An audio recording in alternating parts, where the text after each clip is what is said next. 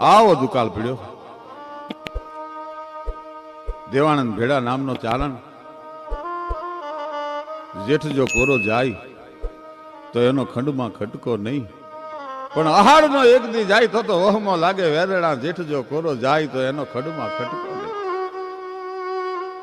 આહારની પાંચમ વહી ગયેલી અને આપની સામે આમ નજરો કરી કરી અને મેઘરાજાને વિનંતી કરે, ગાય મેઘરાજા બાપ એજી અંગાવો અંગાવો ને કલધાર સાહેબા વરખો ને મુસળધાર. હવે તમે મહાજળના એ મોભીડા ક્યારે આવશો રેજી. અરે તમે સાગરના એ જાયા રે ક્યારે આવશો રેજી. ધરતી પોકાર કરે છે, મેઘરાજાને વિનંતી કરે છે કે હે સાહિબા તું જો નહીં આવ્યું ને તો હવે મારી દશા શું થઈ છે. અમારા ગંગડા એ ખોદે છે ભૂખ્યા બાલુડા રેજી. એજી એ થાને ખૂટા છે સરવાણ, થાને ખૂટા છે સરવાણ. હવે અમારી નદીઓની એ લટું થઈ સાહેબા ભૂખરી રેજી. તું જે આગલા વર્ષે આવ્યો તો મને લીલી ચુંદડી ઓઢાડીને વયો ગયો તો, એ જે આપણી ઓજલ મર્યાદા છે, આપણો જે લાજનો ઘૂંઘટો છે, એ મારી લીલી ચુંદડી તો ફાટી ગઈ છે. તું જો નહીં આવી ને તો મને તો કાંઈ વાંધો નથી, પણ હવે કે આ તો સસરોજી એ વવના મોઢા ભાલ છે રેજી. કારણ શું કે મારા આંગડા એ ફાટ્યા ને તૂટ્યા ઓઢણા રેજી. એજી હવે સાહેબા હું શેની કરીશ લાજ, સાહેબા હું શેની કરીશ લાજ. હવે મારા સસરોજી એ વવના મોઢા ભાળ છે રેજી. દેવાનંદ ભેડો મેઘરાજાને વિનંતી કરે છે, આંબુ ને જાંબુ સુકાજી ગયા અન ધરતી એ મેલી બેવડ રાસ તોય નાવ્યો રે ધરતી નો ધણી મેવલો. આંબુ ને જાંબુ સુકાજી ગયા.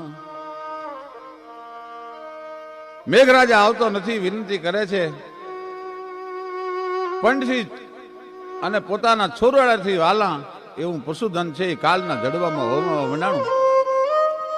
દેવાનંદ ભેડા નામના ચારણને એક બાજુ બોલાવી અને ચારણ એટલું કહે છે, ચારણ શું કે બેનને ત્યાં બહુ સારું વરસ છે. આહાડ વયો ગયો, શ્રાવણ વયો ગયો, ભાદરો જવાની તૈયારી છે. પેપરને ભાદરવ માસ પ્રગળના વહે પચરંગ વાદળા ગાડ હાડડ ધણાણા ગંબર ગાજ્યા શિખર ગતરંગ શામલા. પેપરને ભાદરવ માસ પ્રગળા વહે પચરંગ વાદળા ગાડ હાડડ ધણાણા ગંબર ગાજ્યા શિખર ગુતરંગ શામલા. છલકંત નદીયા ભર્યા સરોવર ધરણ ગિરિવર જલ ધર્યા જસલિયણ તન રત માલ જામંગ સતન વિશાલ. સાંભળ રહે પેપરને ભાદરવ માસ પ્રગળા વહે પચરંગ વાદળા ગાડ ગાડ ધણાણા ગંબર ગાજ્યા અને શિખર ગુતરંગ શામલા. બેનને ત્યાં બહુ સારું વરસ છે. તમે બેનને ત્યાં જાઓ ને થોડીક મદદ માગો તો દુકાળનું વરસ ઉતરી જાય અને આપણા પંડના છોરું કરતા વાલી મેયું છે, ભેહું છે, એ કાળના જડબામાં હોમાય છે. આપણું પશુધન બચી જાય. ચારણ આપણા છોકરાને કાલ હું ખવડાવશું. અરે ગાંડી, બેન પાસે માગવા જાઉં, કયા માટે બેન પાસે લાંબો હાથ કરું? બેનને દેવાનું હોય, બેન પાસેથી લેવાય નહીં. કયા માટે મારે બેનને કહેવું કે મારી વાત નથી સમજતા તમે? શું કે હારું વરસ થાય ત્યારે 10 ગણું પાછું કરી અને બેનને કાપડામાં દઈ દેજો, પણ આ વખતે જો બેન મદદ કરે તો આપણે વરસ ઉતરી જઈએ. અને સાહેબ ન છૂટકે ઘોડાની માથે પલાણ માંડ્યું થમ દેવ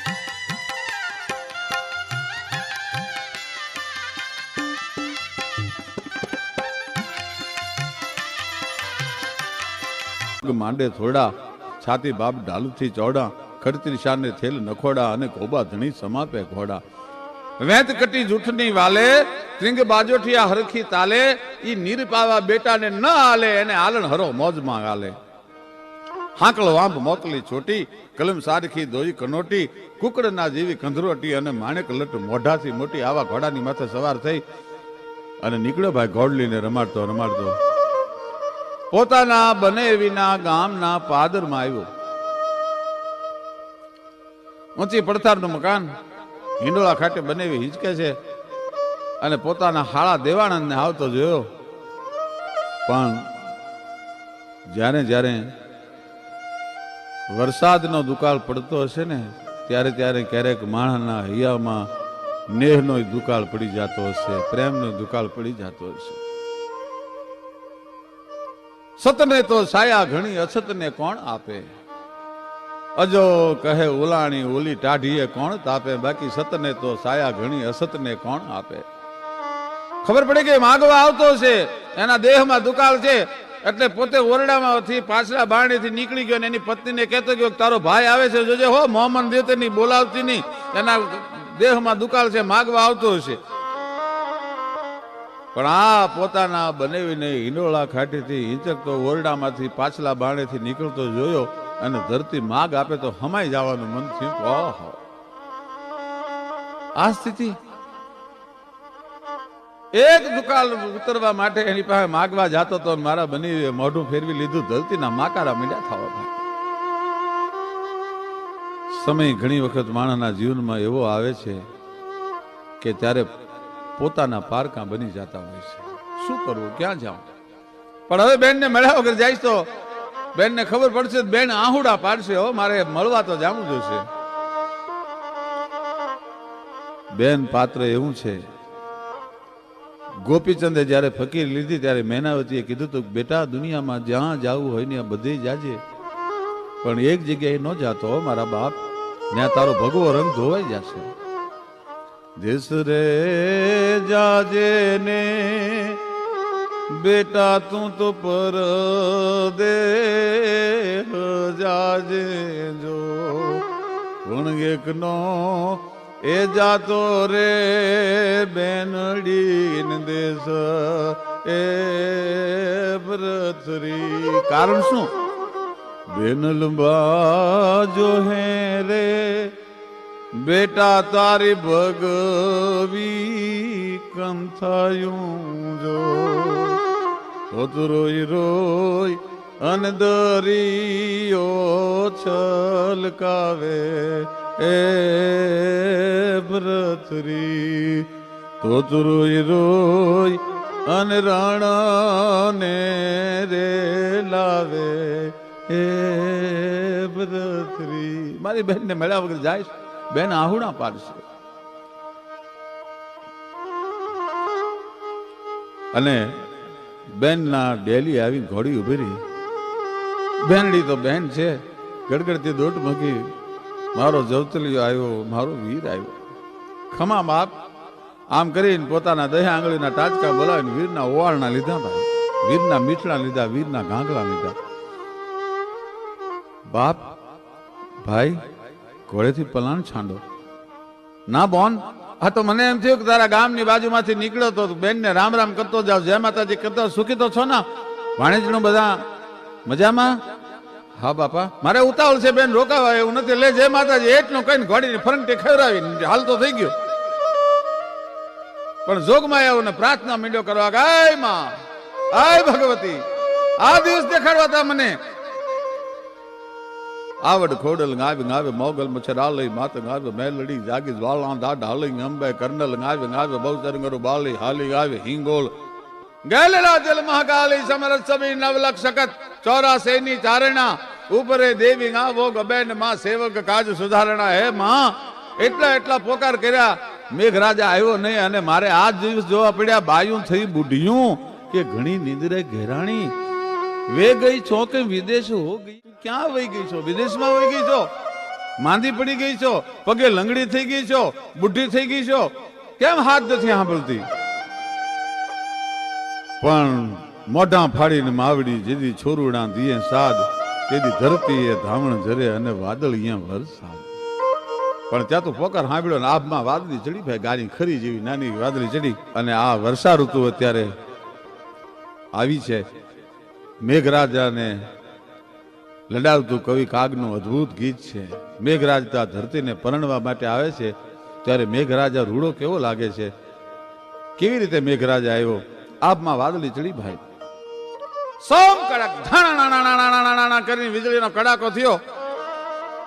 આભમાંથી ઠામ ઠામ ઠામ વરસાદના ફોરા મીંડા પડવા. ઝાંખી જરો ખંડ મેં ચટી ચાંદની પાજી ધમંક ધમંક ધરે. અને બોરી ભજી બદરાન બિલ્લો કીધ મેઘ જમંક જમંક જરે તેથી મોરન સોર સુને અખી યાંજલ મુંદ ઠમંક ઠમંક પરે. અને સાગર લાગ સહેલન કહેગર ચંત ચમંક ચમંક મરે. શું આ દેશના માણસોના વટ હશે? શું એના વચનની કિંમત હશે? મેઘાણીભાઈ લખે છે દસ્તાવેજ નામની વાર્તા, અને એમાં રાજપૂતના દીકરાનું વચન કેવું હોય. બહુ સત્ય ઘટનાનો પ્રસંગ છે, અદ્ભુત પ્રસંગ છે. માવતર મેલીને મરી ગયા છે.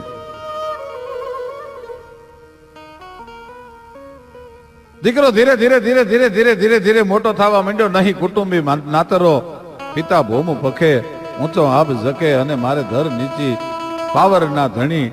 આ તો નહીં કુટુંબી નાતરો અને પિતા ભોમ પખે.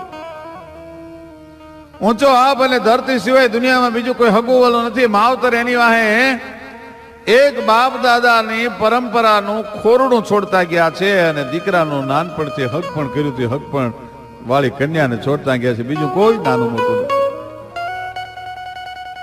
ઉદર રહેતા બાપ ગયો જન્મતા મુઈ માં.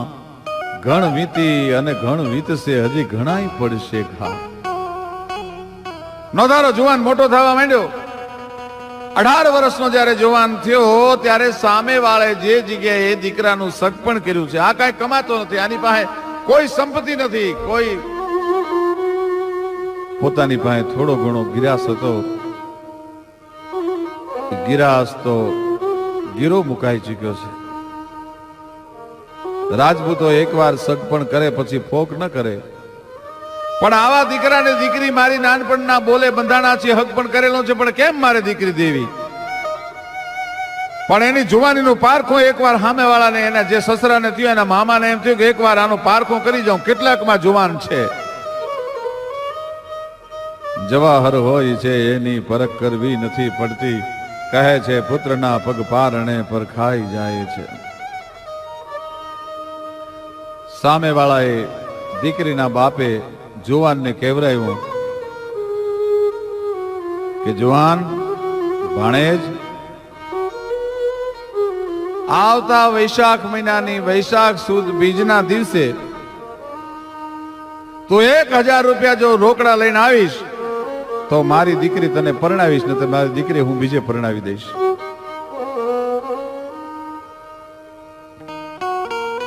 વાત સાંભળી અને ઓરડામાં બેઠેલી 18 વર્ષની રાજપૂતની કન્યા છે એના હૈયામાં પડકો ઉપડ્યો કે જેના નામની ચુંદડી ઓઢી છે, હું રાજપૂતની દીકરી બીજાની કોઈની ચુંદડી ઓઢું નહીં. મારા બાપે ભારે કરી, ગરીબ માણસ છે સામે મારો ધણી, જેની હારે મારું સગપણ થયું છે, એ 1000 રૂપિયા ક્યાંથી લાવશે? કંગાળ ના મુખ આ જગતમાં કોઈને ગમતા નથી, ભગવાન પણ મુખ ફેરવે દુખિયા તણાથી ધારથી. એ પોતાનો ગરાસ જેને આંગણે અડાણે મૂકેલો છે, ગીરવે મૂકેલો છે, એની પાસે જઈ, વાણિયાની પાસે જઈ અને રાજપૂતનો જુવાન બોલ્યો, કાકા મારો બધો ગરાહ તો તમારી પાસે મંડાવ છે, મેં મૂકી દીધો છે બધો ગરાહ, પણ એકવાર જીવતરમાં મારી લાજ રાખવી બહુ જરૂરી છે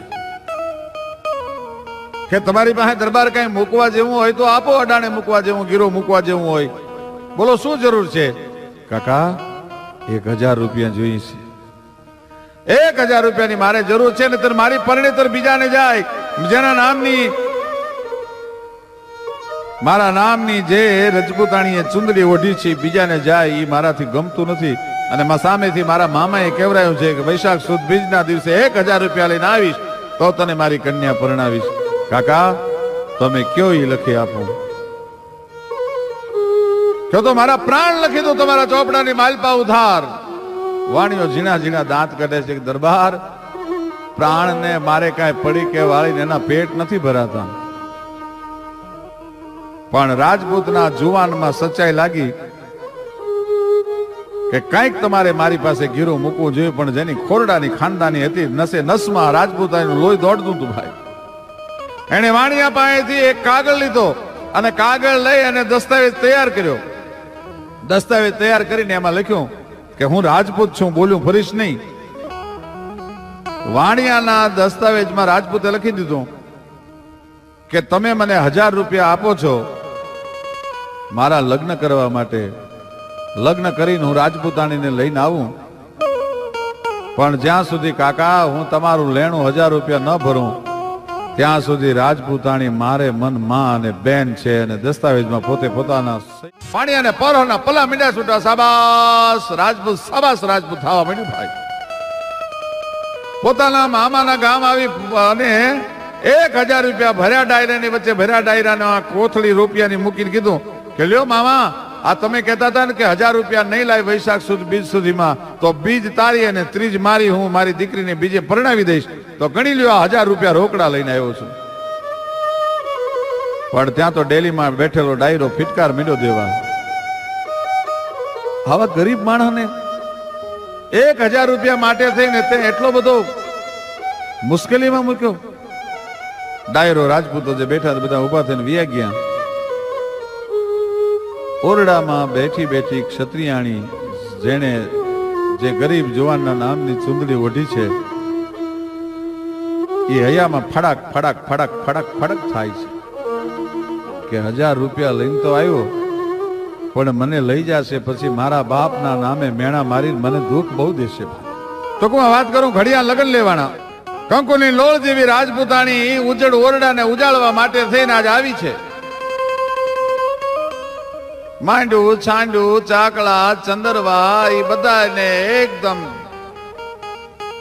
ઝાપટી અને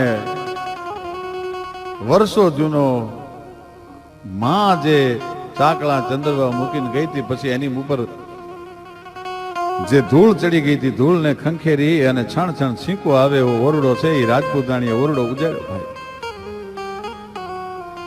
ઢોલિયો તૈયાર થયો, વાગી પગરવની વાહળીયું, ગેહકી ઉઠ્યું નળીએ નળિયું, કોઈ પધાર્યાના અવસરમાં લીલી વેલ બની ઓકળિયું, અને ઘૂંટ્યા માજમ રાત કહું બા છલકાવી તનની તાહળીઓ.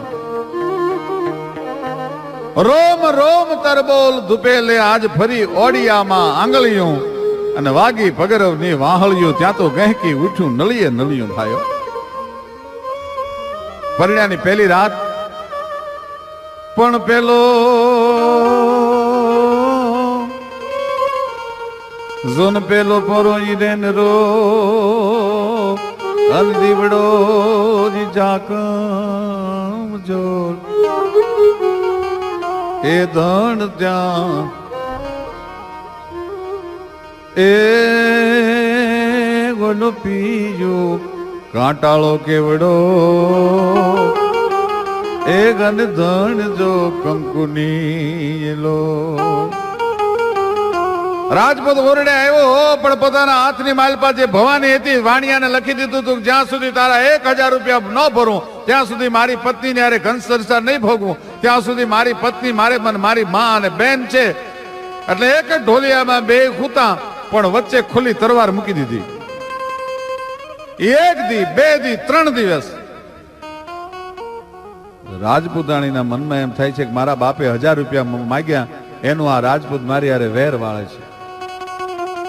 ચોથા દિવસે રાજપૂત ઓરડે આવ્યો પણ એની આંખમાં નફરત નથી, એની આંખમાં તો સ્નેહ ઉભરાય છે. પણ રાજપૂતાણી આજ ભીતે ટેકો દઈને રાહુડે રોવા માંડી. બોર બોર જેવા ઠેકી ઠેકીને આહુડા મીંડા પડવા. આમ રાજપૂતો જોયું, હા રાજપૂતાણી કેમ રોવો છો? પિયર યાદ આવ્યું, મયર યાદ આવ્યું, મયરિયા યાદ આવ્યા, મા બાપ યાદ આવ્યા? એવું નથી દરબાર,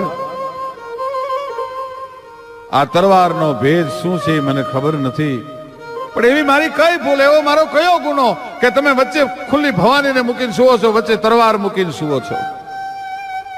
જે ભેદ હોય તમે ભેદ કયો. હું ક્ષત્રિયાણી છું, જે રાજપૂતાણીને તમે ધાવણ ધાવે છે એવી જ ક્ષત્રિયાણીને હું જ ધાવણ ધાવીને મોટી થઈ છું. હું તમને તમારું વ્રત નહીં તોડાવું, પણ એનો ભેદ મને સમજાવો. અને આમ કરીને આમ જે હાથમાં કાગળ આપ્યો, એ હાથમાં કાગળ આવ્યો ત્યાં વાંચીને ક્ષત્રિયાણી ધ્રુજી ગઈ. વાણિયાને લખી દીધું છે કે તારા 1000 રૂપિયા ન ભરો ત્યાં સુધી મારી પત્ની મારે મન માં અને બેન છે. પોતાના આંગમાંથી ઘરેણા ઉતારવા માંડી અને કીધું કે લ્યો રાજપૂત. તેથી રાજપૂત બોલ્યો છે કે તારા ઘરેણા વેચીને 1000 રૂપિયા ભરું એ માયલો હું કંગાલ નથી, એવો હું કાયર નથી. તો કે ના, મારી વાત નથી સમજતા, આ મારા ઘરેણા લઈ જાઓ અને એને વેચી એમાંથી 2 ઘોડા ખરીદો, 2 પુરુષોના પોશાક ખરીદો, 2 તરવારું ખરીદો, 2 સાફા ખરીદો. આપણે પરદેશમાં કમાવા માટે જઈ. હવે હું ઘડીક માટે રાજપૂતાણી મટી જાઉં છું અને તારો જુવાન ભાઈ ભેળો બની જાઉં છું. અને સાહેબ 2 ઘોડા આવ્યા, ટૂંકમાં વાત કરું છું, 2 ઘોડા આવ્યા, 2 તરવારું આવી, 2 સાફા આવ્યા. પણ આ રાજપૂતાણી ક્ષત્રિયાણી મટી ગઈ હતી, પણ જુવાન બની ગઈ હતી. વિધાતા ખુદ વિસ્મયમાં પડી જાય કે આને મેં પુરુષ ઘડ્યો છે કે સ્ત્રી ઘડી છે, નક્કી ન થઈ શકે. એમ તૈયાર થઈ ભાઈ ક્ષત્રિયાણી. ઘોડા આંકતા આંકતા આંકતા 50 ગાવની દડમજલ કાપીને બાદશાહના નગરમાં દાખલ થયા. અને બાદશાહ સલામતની સવારી આવે છે અને આમ 2 તેજસ્વી જુવાનોની માથે નજર પડી. પણ ગટમાં ઘોડા થન ગને, આતમ વીંજે પાંખ, અણ દેઠેલી ભોમ પર મારું યૌવન માંડે આંખ. સાબાસ જવાનો હાકલ કરી બાદશાહે. કઈ બાજુથી આવો છો, ક્યાં જાવું છે? કે મહારાજ નોકરીની ગોતમાં આવી છે. અમારી નોકરી કરશો જુવાનો? નોકરી કરવા માટે તો નીકળ્યા છીએ અમે. ટૂંકમાં વાત કરું, બાદશાહની નોકરીએ 2 પતિ પત્ની પુરુષ વેશમાં છે, 2 રોકાઈ ગયા છે. અને એમાં ધીરે ધીરે સમય પસાર થવા માંડ્યો. બાદશાહનો એટલો બધો વિશ્વાસ સંપાદન કરી લીધો કે બાદશાહના જે સુવાનું શયનગ્રહ હતું, એનો જનાનખાનો હતો, ન્યા આ 2 રાજપૂતોની ચોકી રહેતી. એમાં આહાડ મહિનો આવ્યો અને આપમાંથી વીજળીનો કડાકો થયો ભાઈ. મદ ભરી વ્રળગી મેલ માજા ગગન તળ હળગી ગયા, જળ ભર્યા વાદળ ચડ્યા, ગણગણ વરુણ દળ વિપરી ગયા, પહાડા શિખર પર દિયણ પ્રાચર ગણ સગણ સેના હોકલિંગ આસાટ ઘમ ઘમ ધરા વીજળી સમ કડક ધણ વીજળીનો કડાકો થયો. મોરલાએ સામે ગહેકાટ માંડ્યો ભાઈ. હાંકળા ભાંગી મોર ગંધલ ગગન નિરખી ગેંકિયા મળ રાત કાળી કઠટ માજમ પીયું ટવક્યા બાપિયા ત્યાં તો આયા વાહલા વિજોગી જોડ લાના હલભલ્યા દિલ ઘા પડ્યા ઘન ઘોર રાતે નીંદ નાવે પ્રેમ પડદા ઉઘડ્યા ભાઈ. જે રાજપૂતાણી પુરુષના વેશમાં હતી એના હૈયાના કબાટ ખુલી ગયા ભાઈ. રાજપૂત પોતાના ભાલાનો ટેકો દઈ અને આપમાંથી ઠામ ઠામ ઠામ વરસાદના ફોરા પડે છે અને ઠંડા વાતાવરણમાં ઘડીક એને નીંદર લાગી ગઈ છે અને અહીંયા રાજપૂતાણીની અંદરથી પુરુષ હતો એ હટી ગયો અને રાજપૂતાણી પ્રગટ થઈ ગઈ ભાઈ. દોડી અને રાજપૂતને વીજળીના કડાકાની હારે સિંહની ગર્જનાથી જે રાજપૂતાણી નહોતી પીધી આપમાંથી વીજળીનો કડાકો થયો સમ કડક ધાણા અને અહીંયા ડોટ મૂકી પોતાના પીયુને બધ ભરવા માટે. પણ 5 ડગલા પાગળ રહી ત્યાં વાણિયાનો લખેલો કાગળ યાદ આવ્યો અને પાછી હટી ગઈ ભાઈ. અને એને દુહો કીધો દેશ વિજા પીયું પરદેશા પીયું બંધવારે વેશ જેદી જાશા દેશ મેં તેદી બાંધવ પીયું કરેશ. બાદશાહની બેગમ આ દુહો સાંભળી ગઈ. દોટ મુક્તિ રાજપૂતાણીની જોઈ ગઈ હતી એટલે બાદશાહ સલામતે કીધું કે જાપના આપણે ત્યાં 2 જુવાનો જે નોકરી કરે છે ને એમાં એક જુવાન નથી, એક પુરુષ નથી, એક સ્ત્રી છે. કેમ તમને ખબર પડી? કે આજ રાત્રે મને નીંદર નહોતી આવતી, વીજળીનો કડાકો થઈને એને દોટ મૂકીને એક દુહો કીધો. એ દુહો ફક્ત સ્ત્રી જ કહી શકે, પુરુષ એવો દુહો ન કહે. બાદશાહ સલામત બેયની પાસે નજીક આવ્યા, બેયને બોલાવ્યા. સાચી વાત કરો, જે ભેદ ભરમ હોય એ તમે મને કહી દો, તમને બધું માફ છે. અને વાણિયાનો કાગળ દેખાડ્યો અને બાદશાહ સલામતને મોજના તોરા મીંડ્યા છૂટવા. સાબાસ રાજપૂત, સાબાસ રાજપૂત. આવા ટેકેલા રાજપૂતો હજી ભારત વર્ષમાં છે હો. પરાના પલા મીંડ્યા ભારતીય સંસ્કૃતિ ઉપર બાદશાહને છૂટવા. અને 1000 રૂપિયા નહીં 10,000 રૂપિયા આપું, વાણિયાને ભરી દો, તમારો ઘરા છૂટો કરાવો, જાઓ. અને હવે તમે બે મારા માટે મારી નોકરી કરવા વાળા જુવાનો નથી, પણ તમે બે મારા માટે મારા બેટા અને બેટી સમાન છો. તેથી આ રાધેશનો રાજપૂત બહુ સરસ બોલ્યો છે કે જાપના એમ તમારી ઉપકારથી આપેલા રૂપિયા લઈ અને હું તમારી કરુણાથી મારા વાણિયાને રૂપિયા ભરી અને ઘર સંસાર ભોગવું એવો હું કાંઈ રાજપૂત નથી. ટૂંકમાં હું વાત કરું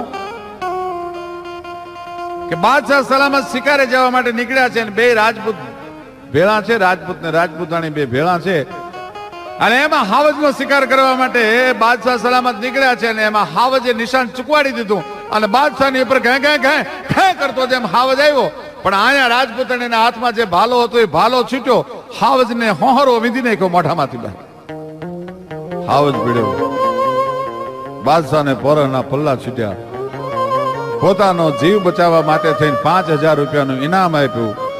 એ ઇનામ લઈ અને રાજપૂત પોતે ઘરે આવ્યો.